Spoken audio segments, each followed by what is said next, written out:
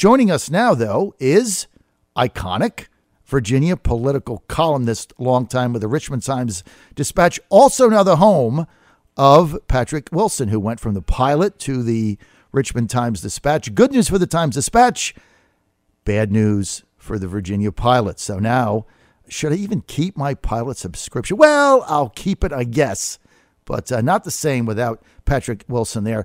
Joining us now, Jeff Schapiro. Hey, Jeff, great to have you, man. Thanks for having me, John. Good morning. Happy New Year. And by the way, Patrick Wilson and I are desk mates. And a quick question for you. Yes, sir. We're following an Ed Gillespie ad. How come he didn't say anything about Donald Trump? Well, I don't know. That would be a good question to ask him the next time you interview him on that ad. But I'm fired up. There's not going to be a dull moment in the Trump administration. We're really excited about him naming Jared Kushner as one of his senior advisors, a good friend of the show's and the husband of Ivanka Trump, Donald Trump's son-in-law. He'll be keeping things straight in there.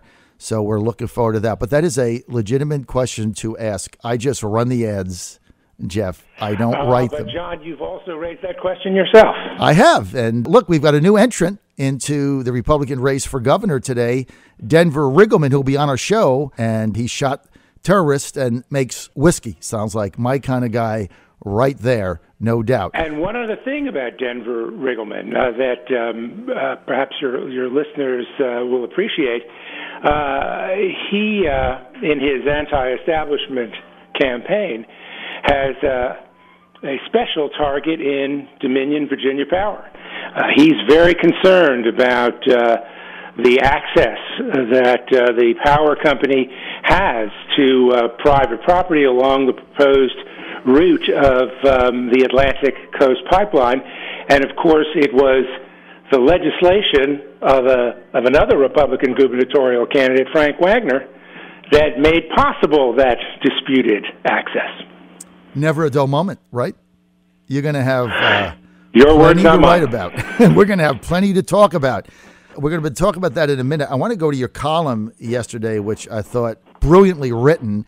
And maybe the two of us are the top two people in Virginia that are taking the Piriello challenge very seriously. I think he can win for a number of reasons. I think Northam's still the favorite, no doubt, but I think Piriello, as you pointed out in your column, poses all kinds of issues for the Democrats right now. Give us Jeff Shapiro's inside view. Well, first of all, thank you for your kind words. And John, I think some of your writing on this campaign has been prescient, and I'm grateful for that. What's interesting about the Piriello race is that, of course, it is late. It is last minute. What he hopes to accomplish through a lack of organization and a lack of resources is to really harness the strong anti-Trump sentiment within the large D Democratic electorate in Virginia. And of course, it was that electorate that turned out in number and delivered Virginia for Hillary Clinton somewhat comfortably. But the key is, can those federal Democrats, Democratic voters that are inclined to participate in presidential years and U.S. senatorial years, but might be less inclined to do so in those important gubernatorial and state legislative election years, will they bother to turn out, even in a primary that is typically thinly attended? So this is going to be, I think, an early post-election measure of anti-Trump Democratic passions, which clearly Piriello hopes to harness, and which some of his friends in the Obama apparatus hope they can help him corral as well. There was a question at the daily briefing at the White House the other day, would the president get involved in the Piriello race? Remember that Tom Piriello, that one-term wonder in the U.S. House, was among the few members of Congress for whom the president personally campaigned. That was in 2010. Right. And, of course, at that point, Obama's unpopularity was like an anvil around Perriello's neck, and it dragged him down in that sprawling 5th congressional district. David Axelrod, President Obama's principal political advisor, has posted a tweet or two that are viewed as favorable to to Mr. Perriello. So there are a lot of national currents driving this late insurgent candidacy. Well, the other interesting thing is I've had a sense that the Democratic base in Virginia might be restless. Certainly, they were able to deliver big for Hillary Clinton. We got clobbered, much to my chagrin. That's why I've got my inaugural tickets are in the back of the line behind Wisconsin, Michigan, Florida, Pennsylvania, etc. We were the only southern state to lose, so I'm in the back of the line. But look, they might be restless, and it gets back to, sometimes in a primary, the most conservative people for the Republicans turn out, the most progressive elements of the Democratic Party might turn out, and I think this thing is going to turn into a horse race or a dogfight. And typically these internal campaigns, these intra-party skirmishes, as George Allen is fond of calling them, tend to attract the most energetic, the most committed party activists. Until Perriello entered this race, I had a slightly different slant on the campaign. I'd be interested in your thoughts as well, recognizing that the calculus is changing. Virginia, as its politics have become more national, largely because the electorate is more national, dominated by a majority of come-heres, non-natives. That after all the glitz and all the celebrity of a Clinton presidential campaign, of 2 Obama campaigns, all 3, of course, carried Virginia. Now, to some degree, Ed Gillespie, sort of a low decibel version of Terry McAuliffe, another national Democratic, in this case, national Republican figure, parachuting into the state, that maybe in a lower turnout election, maybe Virginians are interested in someone a little less showy, a little less glitzy. And certainly low-key is a word that one would associate with Ralph Northam. That maybe they're interested in a change. We'll see.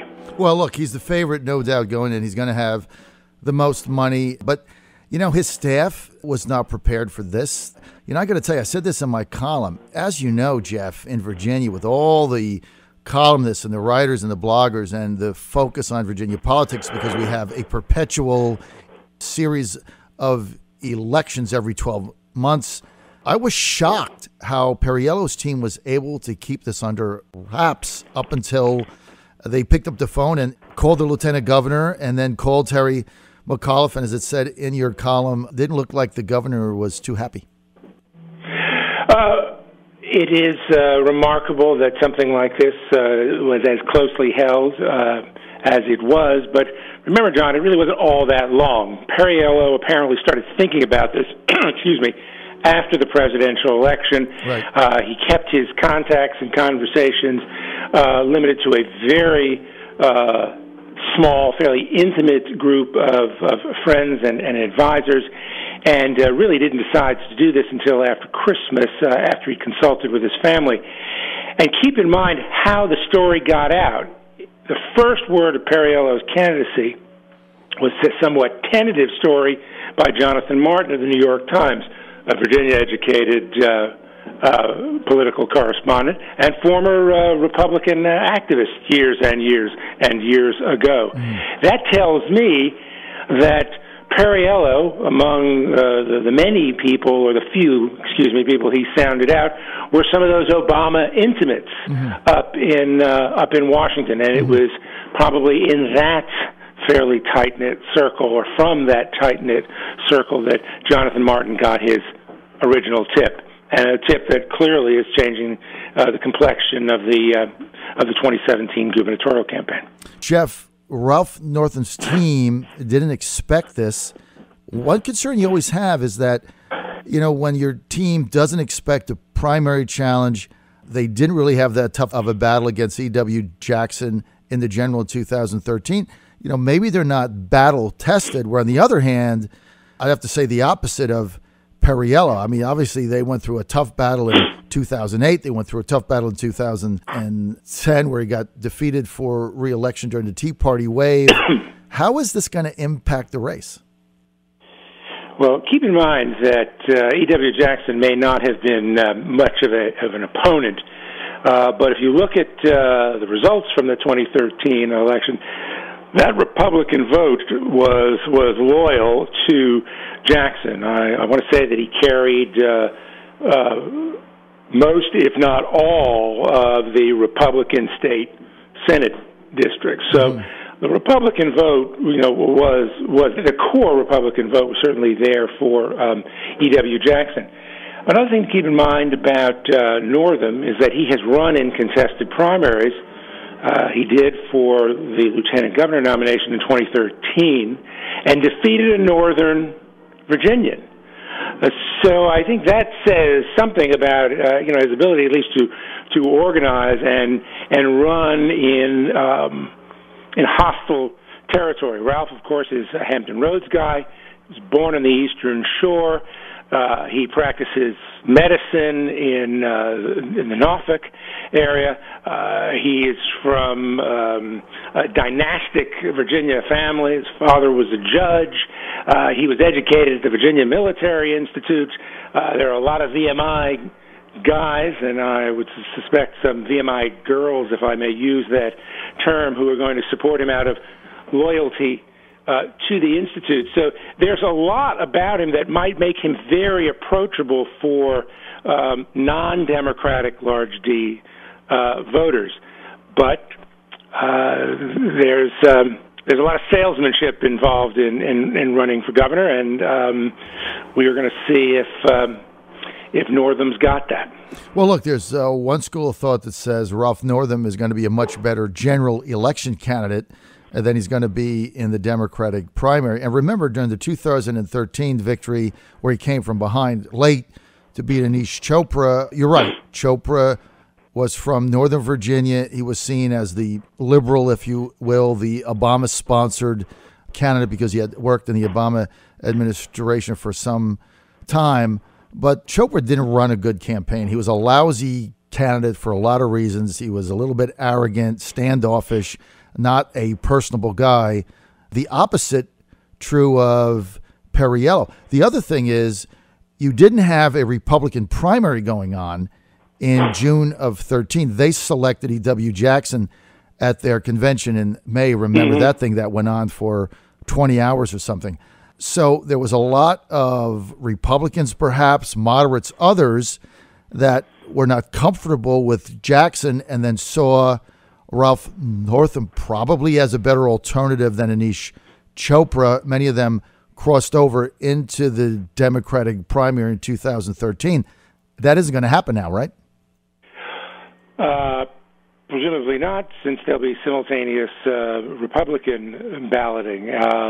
Certainly for governor, in all likelihood for lieutenant governor, and presumably for attorney general as well. So there's a lot of activity on the GOP side to get Republican voters out and casting ballots. But to your point about Northam as a general election candidate, remember his start as a state senator. He ran against a two-term Republican incumbent, Nick Raris, who had defeated, one of the most senior and presumably entrenched Democrats in the Senate. Stanley Walker was the pro tempore, the most senior member of the Senate. He had some tax issues that really rattled his constituents.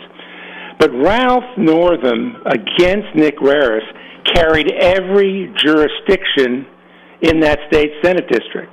That included all of the Eastern Shore, Norfolk, all the way up to Matthews County, the Middle Peninsula, and I guess that small sliver of Virginia Beach that was in the old district.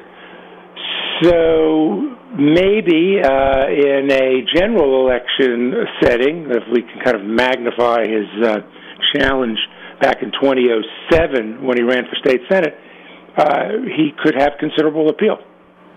Well, look, it's going to be interesting. I think it's going to be a dogfight either way, and it's hard to gauge where the base Democrats are going to go. And with a Republican contested primary and 10, 13 people on the ballot, whatever it turns out to be, he's going to have to fend for himself with Democrats. I think that makes it close. Let's get to the Democratic race for lieutenant governor. I've got Justin Fairfax here as a heavy favorite. Now 3 candidates in. Susan Platt just got in. Former Chief of Staff Joe Biden, also Gene Rossi, former U.S. Attorney, Northern Virginia. Platt gets in. I don't see how she beats Justin. Tell me I'm wrong.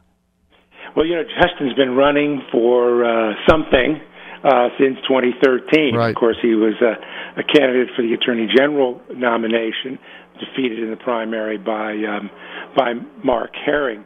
I'm not entirely sure what it is about Democrats that they find so troublesome about Justin Fairfax. As a young African American, he would bring to the ticket a measure of diversity that could energize the Democratic base.